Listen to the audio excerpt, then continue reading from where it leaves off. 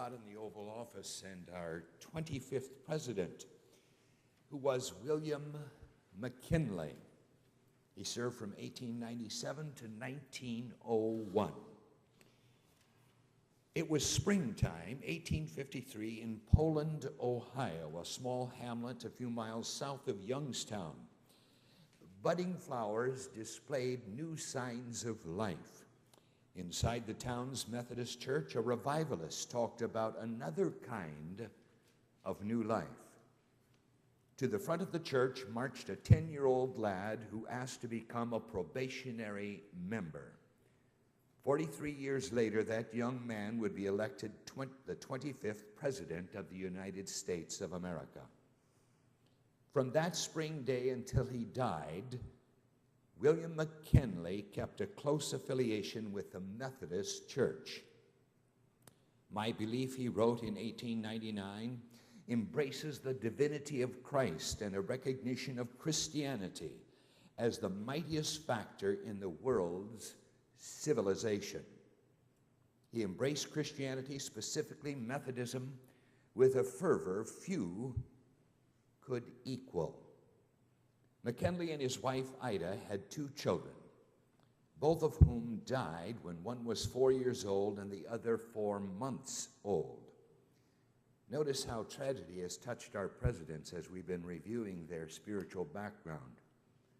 The shock and grief were too much for the mother, and she suffered a nervous breakdown. She never recovered and remained an invalid, tormented by epilepsy.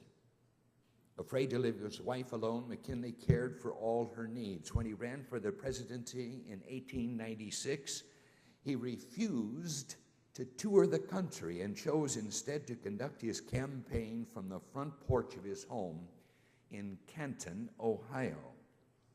After he defeated William Jennings Bryan and moved to 1600 Pennsylvania Avenue, McKinley continued to maintain his personal care of his wife. While president, McKinley attended the Metropolitan Methodist Church in Washington, D.C., and like former President Hayes, invited friends and members of Congress for Sunday evening hymn singing in the White House. On September the 6th, 1901, less than 1 year after his election to a second term, the president stood in a long receiving line at the Pan American Exposition in Buffalo, New York. The afternoon before, he had received a thunderous ovation for a speech that concluded, "Our earnest prayer is that God will graciously vouchsafe prosperity, happiness, and peace to all our neighbors, and like blessings to all peoples and powers on the earth." This day, the people pressed forward to meet him in person. One of the greeters was a young man with a bandaged hand. He was an assassin. When the two were less than 2 feet apart, the assassin fired 2 shots from a pistol that was hidden by the bandages. The president reeled and slumped backward into the arms of Secret Service agents. As other Secret Service agents subdued the would-be assassin, President McKinley lay on the ground. He whispered to reporters, my wife, be careful how you tell her." 8 days later, the president said, "It is useless, gentlemen. I think we ought to have prayer." He then turned to his wife and whispered, "It is God's way, His will, not ours, be done." President McKinley's last audible sounds before lapsing into a final coma on September the 14th, 1901, were the words to that favorite hymn often sung on Sundays in the White House.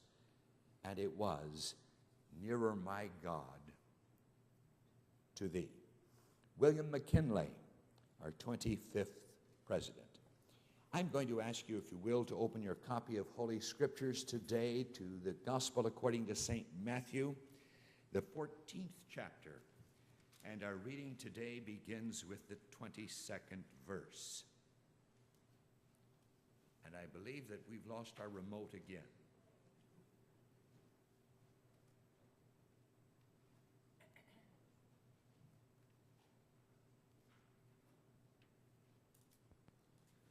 Well, it tells me that the battery is failing, and I just checked that prior to worship, so we have a hiccup.